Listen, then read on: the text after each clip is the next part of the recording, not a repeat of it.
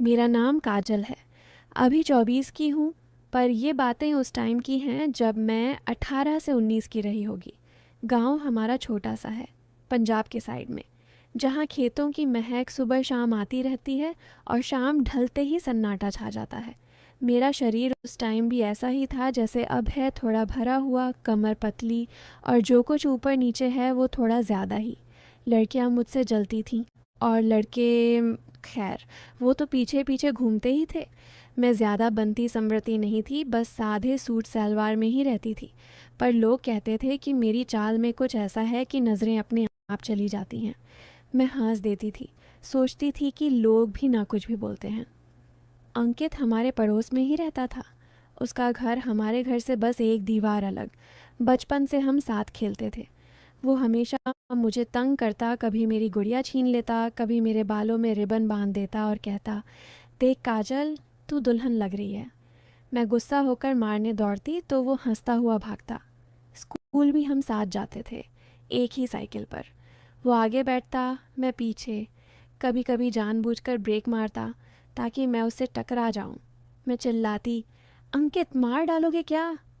वो हंसता, अरे बस थोड़ा मज़ा ले रहा हूँ। फिर हम बड़े होने लगे। मैं 10वीं में आई तो मुझे लगा कि अब वो थोड़ा अलग हो गया है। पहले जैसे शरारतें कम कर दी। अब जब मिलता तो घूरता ज़्यादा था।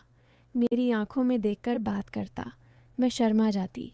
गांव में लड़कियां जल्दी समझने लगती हैं कि लड़के की नज़र में क्या चल रहा है। मेरी सहेली रेणुका ने एक दिन कहा, काजल, अंकित की नज़रें तेरे पर टिकी रहती हैं। लगता है कुछ कुछ हो रहा है। मैंने हंस कर कहा, पागल है तू, वो तो बस बचपन का दोस्त है। पर अंदर से दिल धुक धुक करने लगा था। एक बार गर्मियों में छुट्टियां थीं। घर में मम्मी पापा खेत पर गए थे। मैं घर पर अकेली थी। दोपहर का वक्त था, गर्मी बहुत थी। मैं अपने कमरे में पंखे के नीचे लेटी थी, स्लिप पहने हुए। दरवाज़ा खुला था क्योंकि हवा आ रही थी। अचानक अंकित की आवाज़ आई, काजल, घर पर है? मैं घबरा गई। जल्दी से दुपट्टा ओढ़ा और बाहर आई। वो दरवाजे पर खड़ा था। उसके हाथ में आमों की टोकरी थी। बोला, देख, हमारे पेड़ से ताजे आम तोड़े हैं, तेरे लिए लाया। मैंने मुस्कुराकर कहा, अंदर आना। वो आया, कमरे में बैठ गया। गर्मी थी तो वो बार बार पसीना पोंछ रहा था। मैंने पानी दिया। वो पीते हुए बोला, काजल, तू अकेली है घर पर? मैंने कहा, हाँ, मम्मी पापा खेत पर हैं, शाम तक आएंगे। वो कुछ देर चुप रहा, फिर बोला, बहुत गर्मी है ना? मैंने कहा, हाँ। वो उठा और खिड़की के पास जाकर खड़ा हो गया। बोला, काजल, इधर आना, यहाँ हवा अच्छी आ रही है। मैं धीरे धीरे गई, उसके बगल में खड़ी हो गई। सच में हवा अच्छी थी। हम दोनों चुप। फिर वो धीरे से बोला, काजल, तेरी खुशबू बहुत अच्छी आ रही है। मैं शर्मा गई। दिल तेज़ धड़कने लगा। मैंने कुछ नहीं कहा। वो और करीब आ गया। उसका कंधा मेरे कंधे से छू रहा था। लगा कि अब कुछ होने वाला है। पर तभी बाहर से किसी की आवाज़ आई। पड़ोस की आंटी चिल्ला रही थी किसी को। हम दोनों अलग हो गए। वो हंस कर बोला, चल मैं जाता हूँ, आम रख दे फ्रिज में, और चला गया। मैं कमरे में आई तो दिल अभी भी धड़क रहा था। सोच रही थी कि क्या होता अगर आंटी ना चिल्लाती। उसके बाद हमारी बातें थोड़ी और गहरी होने लगी। शाम को जब सब सो जाते वो मेरे घर की छत पर चढ़ाता। हम दोनों ऊपर बैठते, तारे देखते। वो कहता, काजल, तू बहुत खूबसूरत है। मैं कहती, चुप कर, कोई सुन लेगा। वो हंसता। एक बार उसने मेरा हाथ पकड़ लिया। मैंने छुड़ाया नहीं। उसका हाथ गर्म था। हम दोनों चुप बैठे रहे। लगा कि अब वो कुछ कहेगा, पर वो बस हाथ दबाता रहा। फिर रात ज़्यादा हो गई तो वो चला गया। मैं बिस्तर पर लेटी रही, नींद नहीं आ रही थी। फिर एक दिन गांव में शादी थी, दूर की रिश्तेदारी में। सब लोग गए थे, मैं और अंकित भी। वहाँ डीजे बज रहा था, लड़कियाँ नाच रही थीं। अंकित ने मुझे कहा, काजल, नाचेगी? मैंने शर्माते हुए कहा, नहीं, मुझे नहीं आता। वो हंसा और मुझे घसीट कर नाच के बीच में ले आया। हम नाचने लगे। भीड़ में हम करीब करीब थे। उसका हाथ मेरी कमर पर था। मैंने कुछ नहीं कहा। उसकी सांसें मेरे कानों पर लग रही थीं। गाना था, तेरे हाथ में मेरा हाथ हो, सारी जन्नतें मेरे साथ हो। मैंने आंखें बंद कर लीं। लगा कि अब दुनिया में सिर्फ हम दोनों हैं। गाना ख़त्म हुआ तो हम अलग हुए। मेरी सांसें तेज़ थीं। वो मुस्कुरा रहा था। शादी से लौटते वक्त रात बहुत हो गई थी। सब लोग एक ट्रैक्टर ट्रॉली में थे। मैं और अंकित पीछे की तरफ बैठे थे। अंधेरा था। ट्रॉली के झटके से हम बार बार एक दूसरे से टकरा रहे थे। उसने धीरे से मेरा हाथ पकड़ लिया। मैंने नहीं छुड़ाया। पूरा रास्ता हमारा हाथ ऐसे ही जुड़ा रहा। घर पहुंचकर जब उतरे तो उसने धीरे से कहा, काजल, आज बहुत अच्छा लगा। मैंने सिर्फ मुस्कुरा दिया। फिर दिन ऐसे ही बीतते गए। हमारी नज़दीकियां बढ़ती गईं, पर कभी कुछ आगे नहीं बढ़ा। वो मुझे छूता तो था, पर कभी ज़्यादा नहीं। मैं भी डरती थी और चाहती भी थी। गांव में बातें फैलने लगी थीं। लोग कहते, काजल और अंकित का कुछ चल रहा है। मेरी मम्मी को भी शक हो गया। एक दिन उन्होंने पूछा, काजल अंकित से ज़्यादा बातें करती है क्या?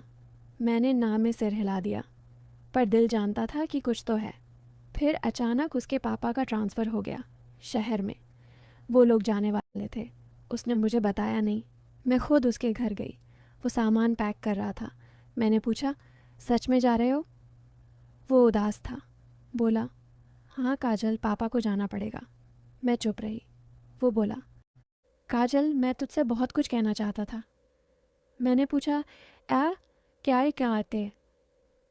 वो रुक गया। उसकी माँ आ गई। मैं घर चली आई। रात भर रोती रही। वो चले गए। कई महीने कोई खबर नहीं। मैं उदास रहने लगी। फिर एक दिन उसका फ़ोन आया। बोला, काजल, मैं वापस आ रहा हूँ कुछ दिन के लिए। मैं खुश हो गई। वो आया। हम फिर वही छत पर मिले। अब हम दोनों बड़े हो चुके थे।